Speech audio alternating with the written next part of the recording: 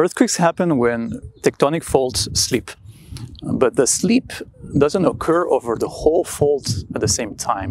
It starts at a point that we call the hypocenter, and then it spreads along the fault at a speed of a few kilometers per second. And that's what we call the rupture speed. Now, the rupture speed is a very important property of an earthquake, because the faster it is and the stronger is the shaking. So the most severe is the impact of an earthquake.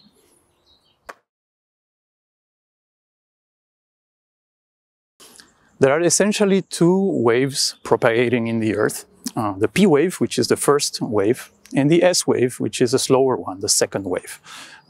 Earthquakes have rupture speeds that are usually slower than S waves.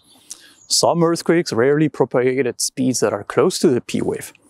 Now, in between these two waves, there is an intermediate range that up to now was thought to be inadmissible, so forbidden range of speeds.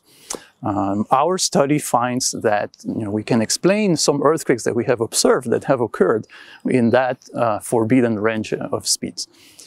Now, more generally, the faster an earthquake propagates and the stronger is the shaking it will produce. So that's why rupture speed controls the energy that is radiated by an earthquake.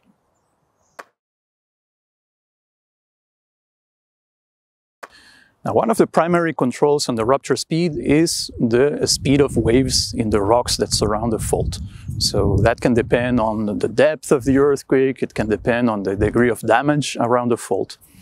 What we have found in this new study is that there are two other ingredients that are extremely important. The first one is that the Earth is not 2D, it is 3D, and the fault not only has a length, so that's a horizontal dimension, but it also has a width, which is its vertical dimension. And it turns out that the largest earthquakes on Earth are much longer than they are deep. So they have a large aspect ratio. That's the first ingredient. And the second ingredient is that we have these two end members that are strike-slip faults that slip horizontally and deep-slip faults that slip vertically. But in between these two end members, there's everything. So there are faults, and most faults will slip obliquely. So obliquity of slip and large aspect ratio are the two ingredients that we put together in this model. And it turns out that these two ingredients change completely the way the energy of an earthquake flows, and this allows these forbidden speeds to exist.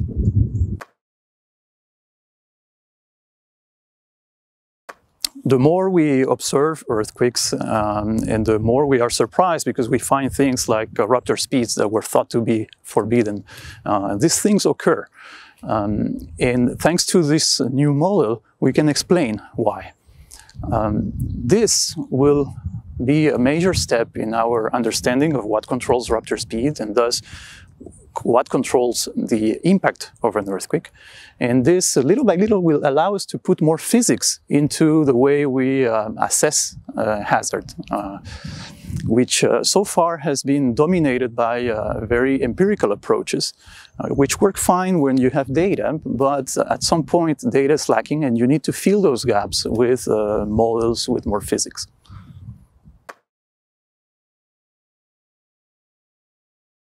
This research wouldn't be possible without access to high-performance computing clusters.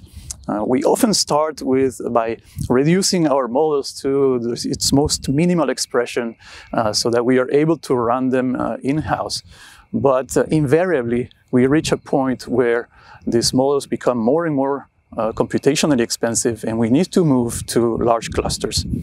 So this is what we did, and we were lucky to have access to the high-performance computing cluster of Observatoire Côte d'Azur, which is now part of a larger platform, which is called Opal, that gathers all the high-performance computing clusters and centers of the region.